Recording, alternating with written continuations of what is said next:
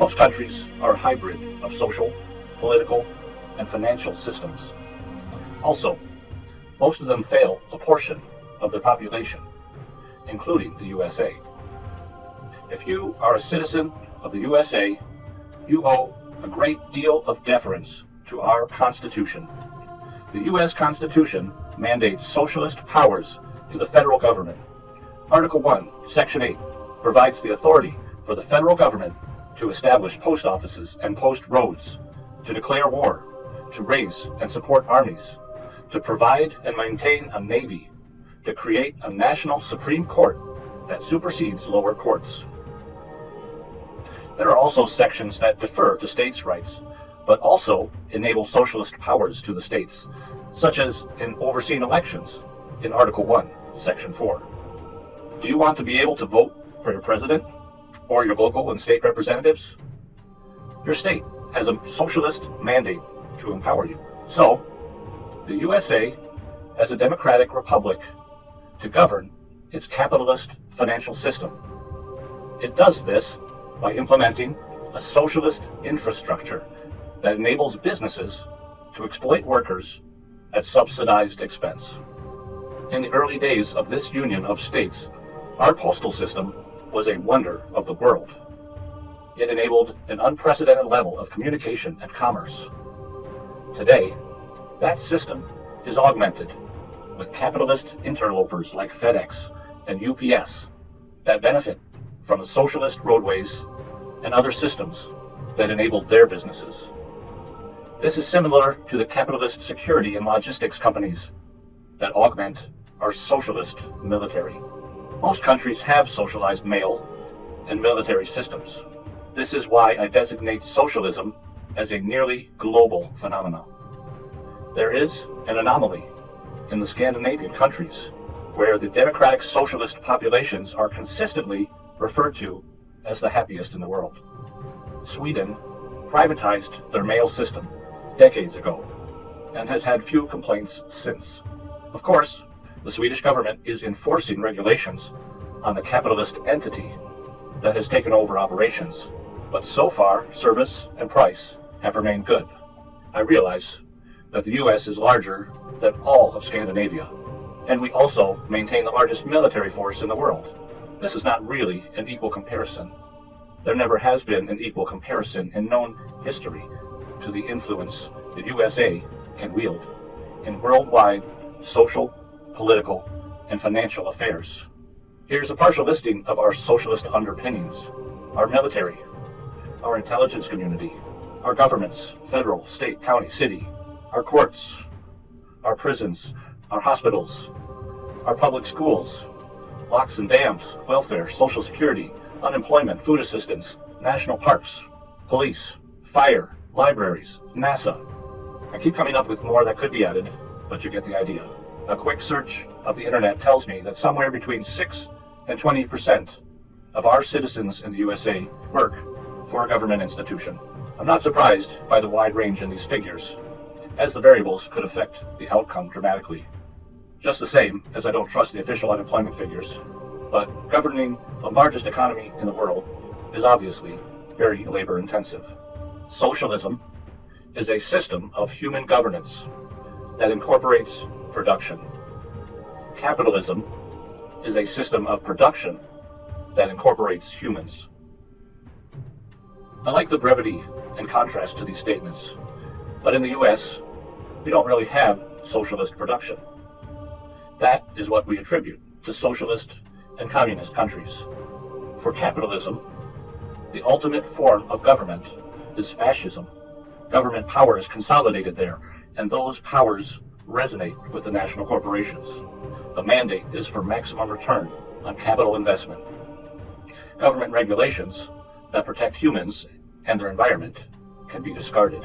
The result is increasing profits and a political alliance with business that is encouraged to press down harder on its captive audience. They are used as a resource without regards to their rights, and they are usually pitted against each other by race or religion. One side is vilified and enslaved, while the other gloats in their privilege, while privately fearing that they will be the next victim. Human civilization is in the midst of a revolution in communication and transportation, starting perhaps with the Roman roadways through railway and highway to the development of air and space for travel. Communication went from line-of-sight methods like flags and signals to telegraph and telephone wires, to wireless radio, television, and now the internet. Technologies are always improving, but we have reached a plateau where a human can travel anywhere on the planet in a short amount of time, or stay in one place and communicate instantaneously with most of the other people on the planet. Let's look briefly at the effect of capitalism on a different government system. Our largest example of communism, China, is currently using the internet to keep control of their power structures. They have incorporated aspects of capitalism relatively recently into their society, with the unsurprising result of rising disparities between the rich and the poor. But the conditions for the poor have improved so dramatically that it must be considered a great success at this point. Poverty has been effectively eradicated, and those considered poor has dropped from over 50% to just around 10% after 40-some years of capitalist practices. The USA has a poverty rate of at least 10%, but again, it would require a deep analysis of the statistics to know if the comparisons are fair. Considering all countries to be a hybrid of systems, one of the best indicators of its success is whether people want to get into or out of that country. The USA has a waiting list for legal immigration, as well as a steady stream of illegal immigration. There are people leaving the US all the time for travel or living abroad. However, these people are not impeded by the government, unless for legal reasons. Comparatively, North Koreans have been shot down trying to flee to South Korea through the DMZ or over the northern border to China, and there's little interest globally to visit, much less live, in communist North Korea. But how would it look if the poor in the US started to save up to move to China, where they could live a better life? Or if the migrant workers and hordes of illegal immigrants from Central and South America simply left the continent, knowing that a better life awaited them in China than in America? Yes, our shining city on the hill can fade. We are not doing enough to maintain it.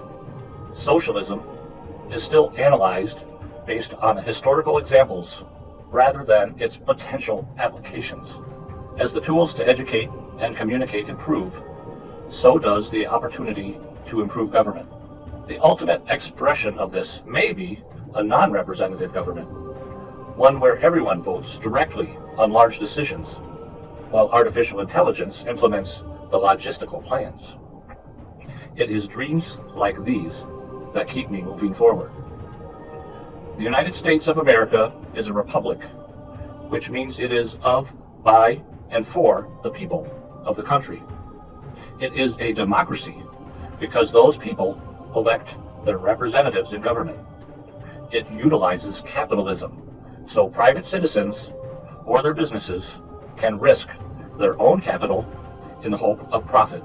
It utilizes socialism to connect and protect the framework of the nation as directed by our Constitution. It utilizes additional elements of socialism as the failings of a pure capitalist system become intolerable to the Republic. All of these elements have been studied in depth for centuries and deserve continual debate. To use the term socialist as an insult is a denigration of our Constitution. To acknowledge that the United States is deliberating the degree to which they want to employ socialist programs is critical to having an intelligent discussion by an informed population. For me, as long as there are families living in cars and tents, people begging for help on the streets, patients who cannot afford their own care or medicine, and crime due to desperation, then we have not implemented enough socialism.